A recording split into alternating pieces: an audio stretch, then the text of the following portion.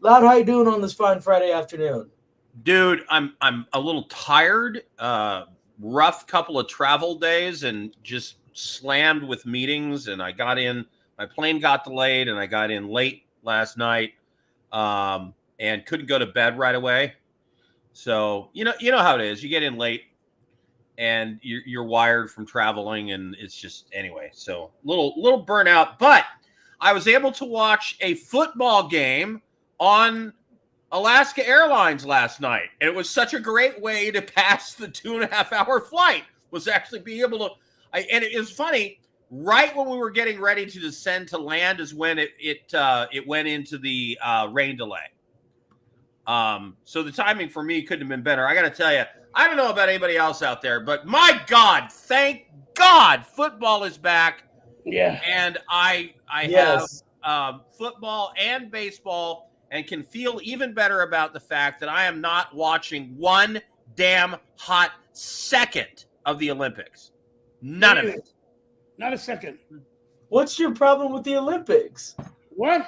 Where you been, bro? In a cave? Well, obviously, Rocky? He's been gone. Rocky, I've been gone. you can take on that question. All right, so here's what happened. First of all, Christian, on the opening day, they had a parody of The Last Supper, all transsexuals. Oh, I the did lead see that. guy sang a little bit, and he was naked. Now, look, I know it's love your neighbor and all that stuff, and we forgive our guys, whatever, all that. But, this isn't about the Bible. Excuse me. This is about the perverts are running the show.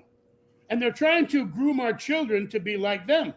Because the Olympics used to be a family tradition. I've never missed a minute of the Olympics. I haven't watched 1 second of it this year. And I will never watch the Olympics again. They've gone overboard with it, man. Well, and they allowed a male boxer to beat up on a female boxer. I'm done. Go ahead, Lou. two male one is the Algerian guy who broke the nose of the Italian woman and forced her to quit in 46 seconds. I mean, imagine, she's trained her whole life to box in the Olympics, and in her first bout, she gets to fight a dude who just looms over her. It's completely unfair. And in 46 seconds into the match, she's got to throw in the towel. Personally, she's just like, "Oh, enough!" So she's never been hit so hard in her life. And then you have this Chinese guy who wailed on this other woman. And the fact is, if you beat up a woman in the street, you go to jail. Rightfully so. You beat up a woman in the boxing arena of the Olympics, and you're celebrated. It's insane. Give you a medal. So yeah, no, I am no. Yeah, that Italian boxer kneeled in the ring and cried, instead of the ring, and cried, and I only saw images of it because, like I said, I haven't watched the Olympics. But having been an athlete my whole life, I've trained for professional sports. Walked on for the Raiders, professional boxer for 20 years. Listen, let's say something, man. In my opinion, boxers sacrifice more. It is a grueling set of training months that you have to go through. The sacrifice you make as a boxer, it's really, really hard. For that woman to have gone through that, gotten to the Olympics, advanced that far, and remember, she took a beating to get there. Nobody gets that far without getting punched in the face by a bunch of women, right? This guy hit her in the face one time, she quit. She had never been hit like that in my life. Says I couldn't take it. I did it the same. She quit for survival. Women should fight for medals in the Olympics, not for survival. That is bullshit. Somebody is going to get badly hurt or killed. Yeah. I'm sorry. Some of the MMA lately, there was like a Brazilian woman thing who won the big last girl fight in UFC. And I'm sorry, that's a dude. That is not. I mean, I'm not. That is not a woman. You about Cyborg? I don't. Yeah. Anyway, so yeah, it's bad. So, all right. Let's talk about the positive though, which is We've got football. Yes, We had a football game last night. And I missed it. I did too. The game ended up being a push because it didn't reach an official completion. So anybody who had any action on the game, you just got your bet back. Get your money back. Plus me. So betting on that game, a lot of people were pushing the under, which makes sense. Early, the offenses are usually a little slow getting started. They don't play the stars. And it actually ended up going over, even though it didn't even reach the fourth quarter. It was over the number of 33. I think there was 36 points scored at that point. And then the Chicago Bears were leading by 3 points, and they were minus 1.5 going into that preseason game. Of course, betting the preseason comes with its own set of rules, right, Rocky? It's different. Yeah, absolutely. Yeah, Do you ever bet preseason games? I don't really bet preseason games. I have bet preseason games, but only because I knew guys like the Rams were going to almost deliver. When Mike Martz was head coach, they were never going to win a preseason game. You could bet against them because it was a lock. He was never going to try to win a preseason game. He wanted to lose. He would never bust out anything but, 3 or 4 running plays was all you'd see from the Rams in preseason, for example, when he was head coach. So Vermeil was head coach, but not as much. For example, it's interesting that you point that out because there are certain tells that go along with preseason NFL betting. One is, does the NFL head coach give a rat's ass about winning in the preseason or not? And interestingly, there's a number of coaches that have really interesting records. Jim Harbaugh, now with the Chargers, he is 10-6 in the preseason. That's actually, most coaches are 50% or under currently coaching in the NFL in the preseason. Robert Saleh of the Jets, 7-2 in the preseason. Wow. Sean McDermott, Buffalo, 14-7 in the preseason. And the king of all preseason NFL, John Harbaugh, is an unbelievable 44-14 Crazy. in preseason games with the Ravens. That's almost better than his regular season, right? I was about to say, that's nuts. So, really think about it. those are a handful of coaches that I think you can look at and go, okay, these are guys that just don't like to lose or believe that winning is contagious. And Christian, what do you think? Do you think it's... I think winning is contagious. You continue go on patterns like that. There's streaks like that for a reason. Rocky, care to share? Yeah, listen, two things about that.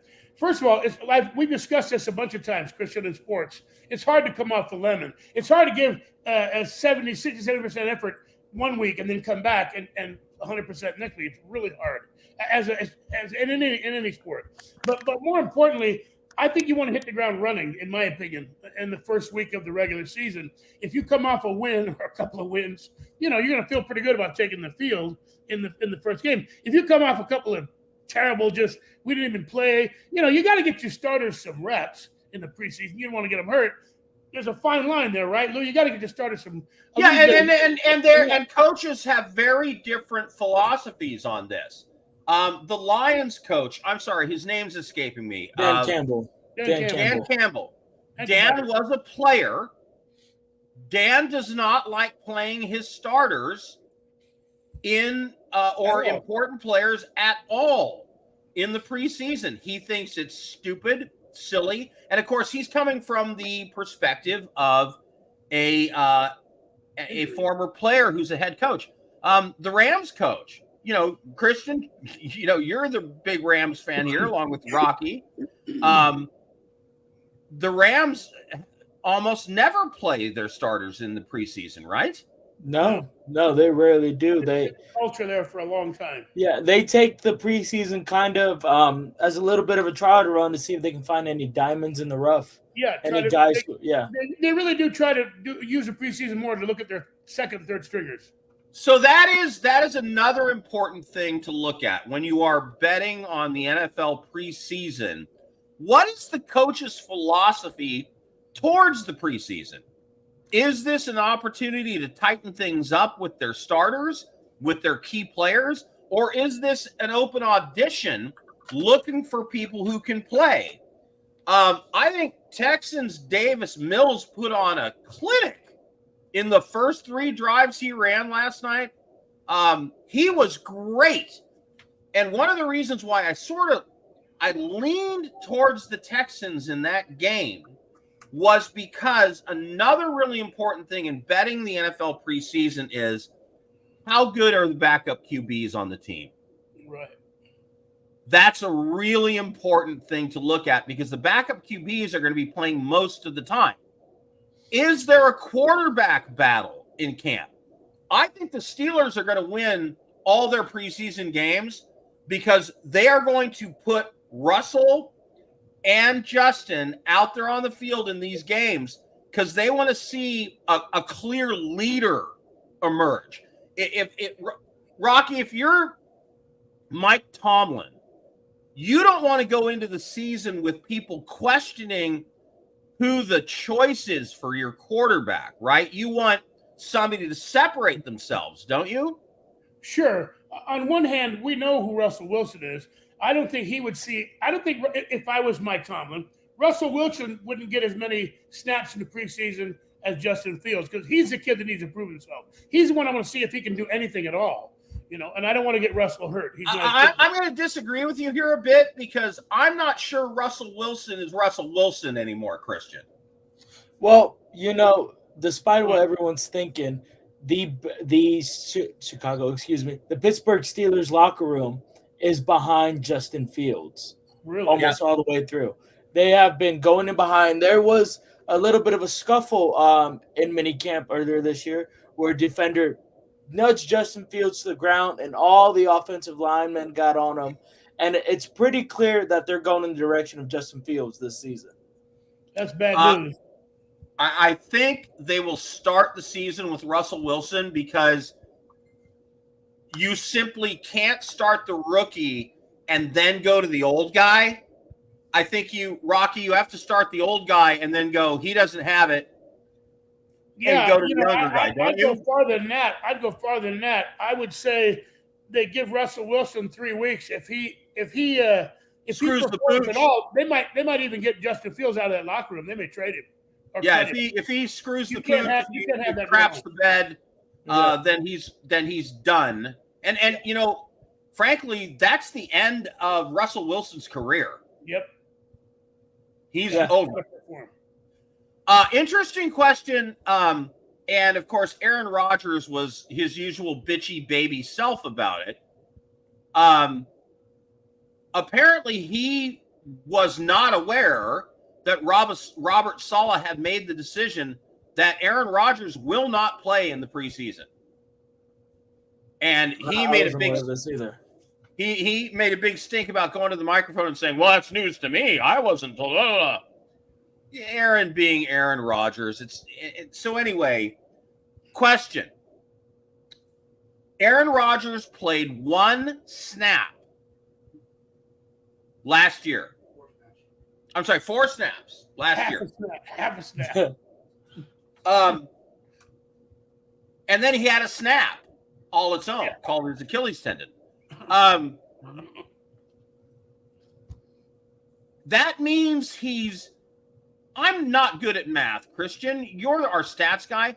How many months is he removed from playing any real football?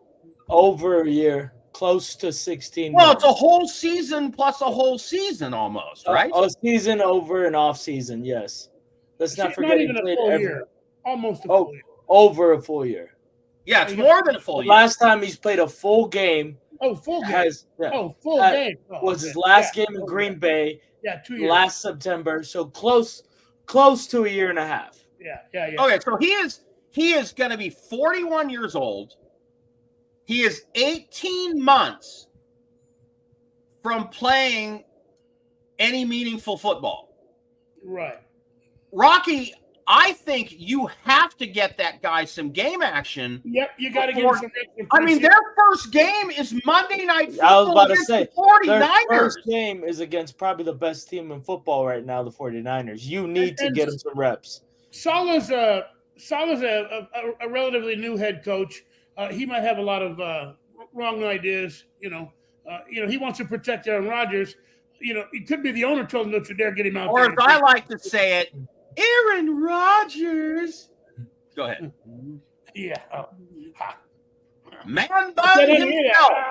All right. So, yeah, I agree. I think you have to – obviously, he needs reps more than probably any other quarterback in the league in the preseason. You know what I got to say? For a substance-taking Berkeley graduate with a man bun, I hope he gets his ass kicked. I've never been an Aaron Rodgers fan, never going to be. All right. Actually, I've always been an Aaron Rodgers fan. I didn't want to play, but Brett Favre was there. So that's another thing you got to look at in NFL preseason betting is who's going to be playing quarterback and how good are the backups, and then how deep is the team talent-wise? You saw that Texans team last night. In that first half, they were playing backups exclusively, and they looked great. I think the Texans are scary as hell in the AFC. I like the Texans better than I like the Jets. Christian? I like the Texans better than I like the Jets as well. They are a much deeper team. If you're looking at their roster, the Jets are a heavy set, front-footed team. They have Aaron Rodgers, Garrett Wilson, guys like that. But aside from that, it kind of just dies down into a lower quality team. So yes, I like the Texans better than the Jets as well. I like everybody better than I like the green slime. I hate the Jets. I hate the green slime. I always have. If it wasn't for that, I hated. I find the Jets entertaining, and fun to have around in the league, but in the way that you pull wings off flies, right? Say this: the Jets will be the most entertaining team of football, no matter what happens this season. If they suck, you're going to hear it in the press lines every week. If they're great, it's going to be exciting football. Now, the thing about that game last night, it's easy to look good when you're playing the Chicago Bears second-string defense. Yes. I will point one thing out. The Texans' defense last year was terrible against the run. When Chicago decided to start running the ball last night, they gashed the Texans. I don't think they fixed that problem. And so the one thing that can hold the Texans back, think about a team that has a great running game and a great defense. Baltimore Ravens. Yeah. The Ravens with Derrick Henry. I swear to God, I think Huggy Bear is a terrible quarterback. He is a fantastic athlete. Christian, what? You look like you smell something. It's just Huggy Bear. I haven't heard that nickname. You don't even know who Huggy Bear is. You know who Huggy Bear is from Starsky and Hutch.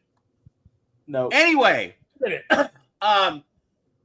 what if they actually use Derrick Henry and Lamar Jackson in an RPO game? Like consistently run pass option with Derrick Henry and Lamar Jackson. Rocky, I think that could be freaking devastating. Yeah, and I don't know why my boy OBJ wanted to leave that team, man, when they got Derrick Henry, because that pretty much solved because the problem they had last year. No, dude, if you're a receiver, why do you want to play with Lamar Jackson? He can't hit the broadside of a barn with a pass. He sucks in the passing game.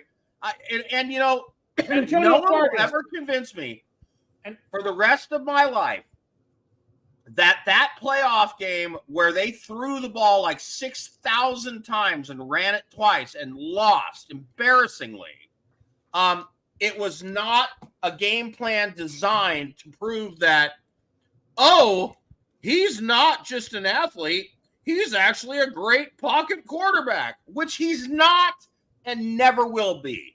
Sorry. Antonio Lamar Vargas Jackson's a tremendous athlete.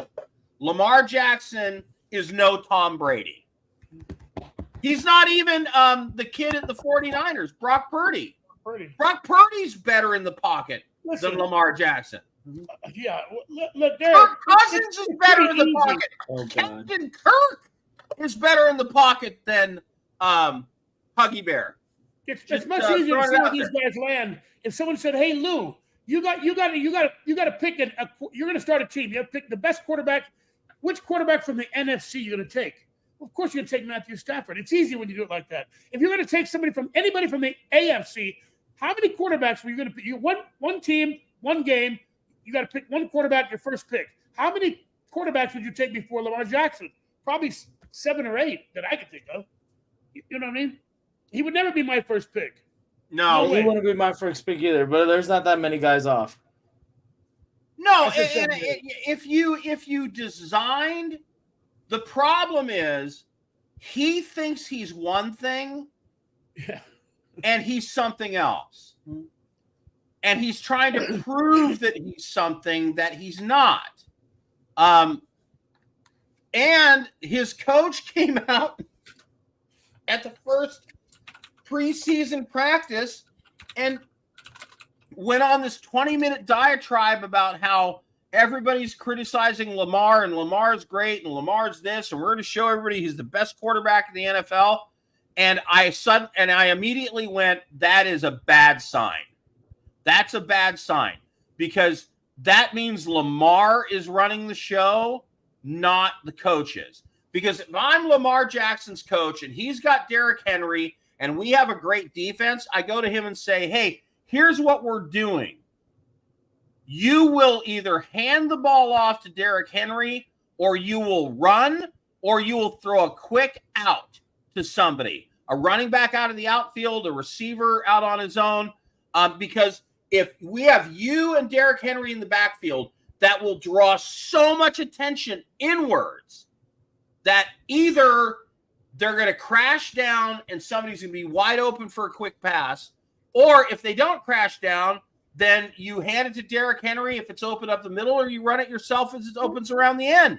That would be a devastating offense for anybody to face, but I guarantee you they're not going to do it. Well, Harbaugh's a pretty good coach. I don't like him, but he's a pretty good coach. You got to give him the Harbaugh. I like Jim Harbaugh. I can't stand. If you were the head coach of the Ravens, Lou, and now you have Derrick Henry. Last year you were a pass first offense. Now are you a pass first offense or are you a run first offense? I want to be a run first offense. Absolutely. So does everybody else who never won a championship. That's the key.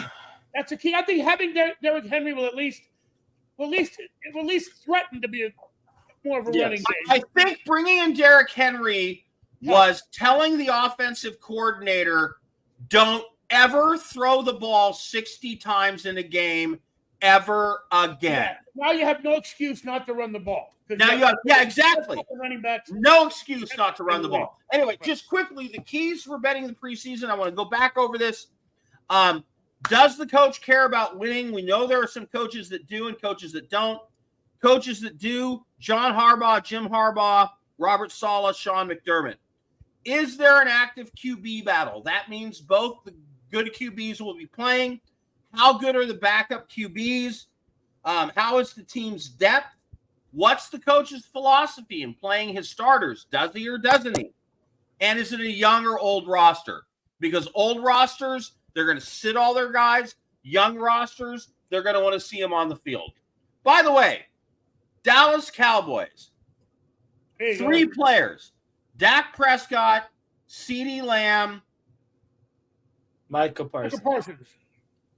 Which one of those 3 is most likely to not be there next season? Dak Prescott. Dak Prescott. If a smart person's answer like us, Dak Prescott. I feel No, like we the Cowboys will find a way to cowboy it up, and it's gonna be Michael Parsons. They haven't made 1 minute. money, right? They haven't had any money yet, right? No. And by the way, Are you anybody who Ron paid Prescott? Dak Prescott $65 million a year for 8 years to be No. their quarterback is No out of their way. freaking mind.